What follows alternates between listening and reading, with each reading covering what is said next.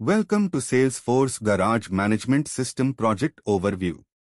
Myself, Elango, and my team members are Elambarthi, Dinesh and Dharsan. We are studying third year computer science at RD National College of Arts and Science. This project is about the garage management system, which is a valuable tool for automotive repair facilities. First, in the non-middleman portal, we will be assigning projects.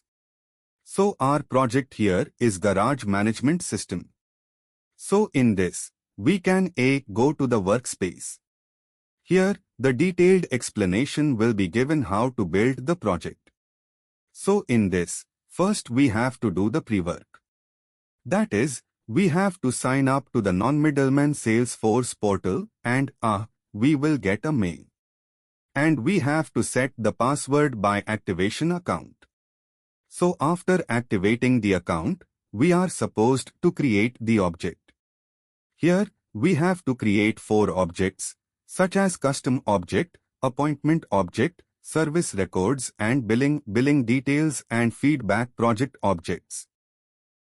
And then, for each of these objects, we have to create the fields according to that. And now, let me go to the Salesforce workspace and in Setup, Object Manager, we have to click on Create and click on Create Custom Object. But then I have already created it, so I'll just show how it is. Here is the Customer Details object. And in this Fields and Relationships, there are fields which I have created for this object which is given here. And in this, we have to create some fields in the Fields and Relationships, such as phone and phone number. So I have already done phone number, email, customer name, all those. Likewise, I have to do for all the 4 objects. And then the next step is tab. So for creating the tab, the object is most important. Based on the object eth, so that is why we have created 4 objects, right? So all these 4 objects, we have to create the tab. For that, we have to go to the Setup, homepage, and we have to search for tabs. In these tabs, these are all the tabs which I have created for the Lightning app. And the next step is to create the Lightning app. For creating the Lightning app, we have to navigate to the App Manager. In this App Manager, we will see the Garage Management application, that is the app which I have created. But then, if you are creating it new, then we have to click on New Lightning app and give the label name. The label name should be related to our project title. So let me just edit this and show it to you.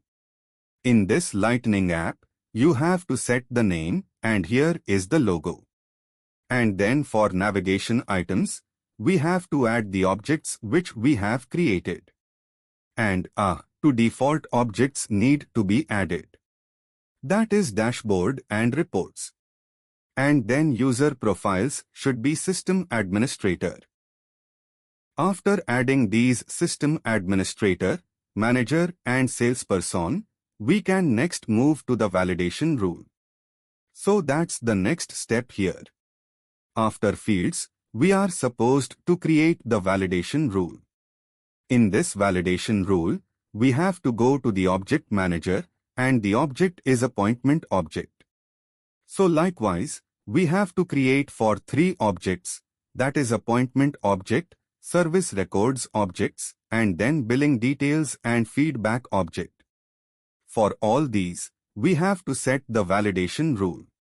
And for that, the formula also will be given in this portal. So this has to be copied and we have to put it here. That is, in the object manager, let me go to the appointment object. And here, we will see validation rules. And here, I have created validation rule called vehicle. In this, I have already added the error condition formula rule name and a error location. All this has to be created one by one. And the instructions will be given here. Likewise, we have to do for service records and billing details also. And the next step is to create the profile. So in this, we have to create 2S profiles, that is manager and salesperson. For that, we have to go to the setup. And in the quick find box, we have to search for profiles. So in this homepage, in this profiles, we will be seeing to profiles which we have created.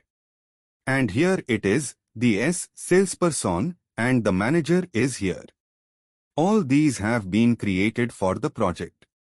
And then after creating the profiles, we have to set the hierarchy. For this, the role has to be set up. And now, in this quick find box, we have to search for roles. In these roles, here, set up roles. In this, we have already set up the role as in this, under CEO, we have created the manager. And under manager, we have created the salesperson. So this is the hierarchy which is given in this project. And then some other roles can also be created. That is, a salesperson can be 1 or 2 or more than that. And after that, we have to create the user. In this user, we have to create 2 users. One is the manager and the other is the salespersons. Salespersons can be 3 or more than that. So for this, we have to go to the setup and search for users. In this users, we can see that is, I have created the. This one I have created, that is Michael Sen I have created. And other for salesperson, here is one salesperson, and here I have added another salesperson. And 3 salesperson with 1 manager, I have already created. And then the next step is creating the flow. So, this is the most important step in this project. So, for that, we have to search for flows. And in this flows, we have to click on New Flow. After clicking on New Flow, we have to select what type of flow we are going to create, that is from scratch. And then we have to set up that, what data type of flow we are going to create. And in this, I have already created the flow. And it is building up on flow. And the data type of the flow is record triggered flow here. And then I have added the elements as amount update and email alert. I have also created the variable as alert. Before creating the element, we are supposed to create the variable. And in this, I have added the label name and the API name will be automatically generated. In this, we have to select the first option and I have to add the field as payment_status, which is already in completed state.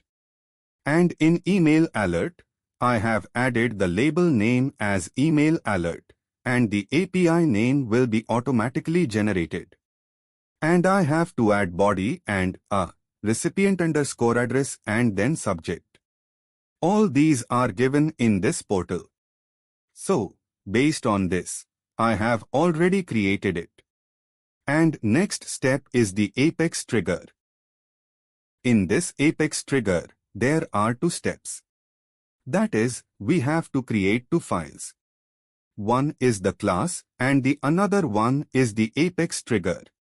So, this is the code for class and then this is for Apex trigger. So, here it is. This is the class code. And this is the trigger code which I have already created.